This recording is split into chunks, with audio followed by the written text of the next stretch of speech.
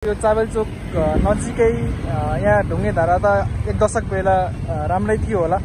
अहिले पछिल्लो अवस्थामा यहाँ फोहोर मैलाले पुर्यावस्थित भएको थियो। अहिले फेरि पछिल्लो समयमा बालेन शाहको टिम र महानगरपालिकाद्वारा यो निर्माण भएको छ।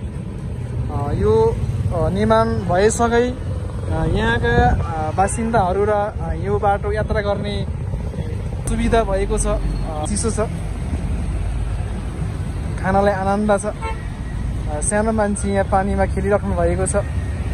यो काठमाडौँ जस्तो ठाउँमा यसरी ढुङ्गे धारा हुँदा पनि निर्माण भएको थिएन, अहिले यसरी निर्माण भइरहेको छ। बालेन शाहको यस्तो कामलाई त हामीले सलाम गर्नै पर्छ क्या।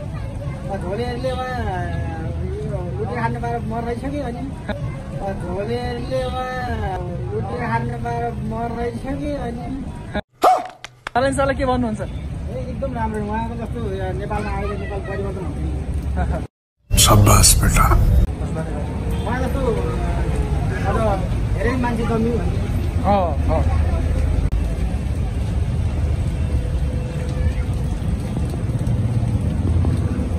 बालेन शाह र यो काठमाडौँ महानगरपालिका पछि अहिले यो निर्माण भएको यो ढुङ्गे धारा तपाईँहरूलाई म देखाइरहेको छु।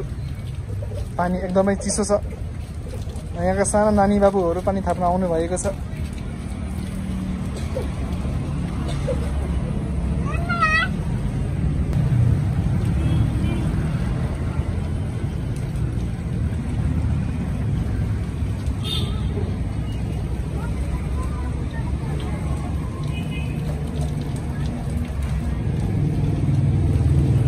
शाहको मातहतपछि यो ढुङ्गे धारा फेरि सञ्चालनमा आएको छ। यहाँका मान्छेहरू भन्नुहुन्छ, यहाँ स्थानीय अथवा यहाँ हिँड्ने मान्छेहरू भन्नुहुन्छ बालेन शाहलाई धेरै धेरै धन्यवाद छ। बालेन शाहको यो कामप्रति एकदमै उत्साहित हुनुहुन्छ, खुसी हुनुहुन्छ। यस्तै नेता खोजेको हो, खासमा यस्तै मान्छे खोजेको, जहाँ वर्षौँदेखि पुरिएको यो ढुङ्गे धारा, यो अवस्थित भएको यो ढुङ्गे धारा फेरि बालेन शाह मार्फत यो ढुङ्गे धारा फेरि पुनः सञ्चालनमा आएको छ। यो गर्मीको समयमा पनि बाहिर पैदल यात्रीले पनि यहाँको पानी खाएर आनन्द लिने, आनन्दको महसुस गर्नुभएको छ। र यो बालेन शाह र यो महानगरपालिकाको टिमलाई विशेष धन्यवाद पनि दिनुभएको छ।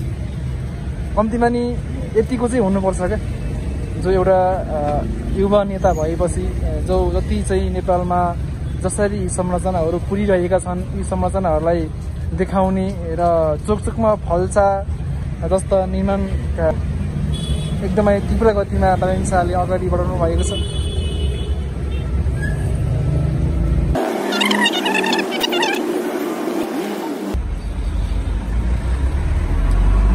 पक्कै पनि बालेन शाहलाई धन्यवाद नदिने कुरै भएन। हजारौँ दर्शक र हजारौँ समर्थकले बालेन शाहलाई समर्थन गर्दै हुनुहुन्छ र गर्नुपर्ने पनि छ।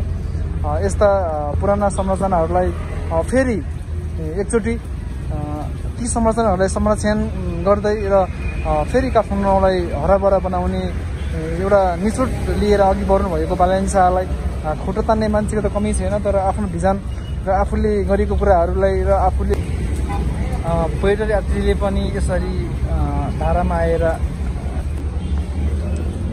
तपाईँ यहाँ हेर्न सक्नुहुन्छ। पैदल यात्रीहरू आएर यहाँको चिसो पानीको अनुभव गरिराख्नु भएको छ।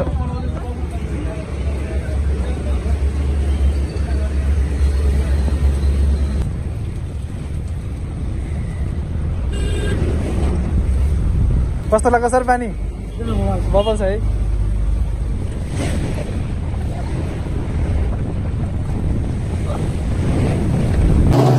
कस्तो छ सर पानी? बबल छ, दामी छ है। चिसो पानीको अनुभव गर्न आउने मान्छेहरूको भिड नै देखिरहेको छु म।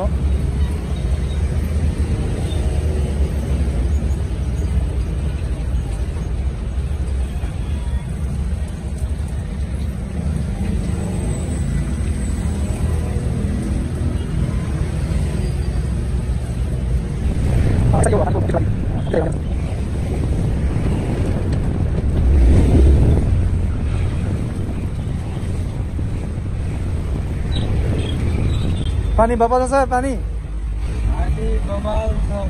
बबल छ है।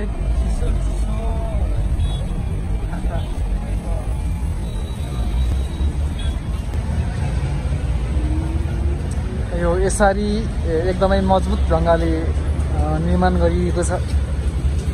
त्यसरी पुरिएको धारो जो नाम निशानै नभएको धारालाई बालुवामिसाको टिम मार्फत यसरी निर्माण भएको छ।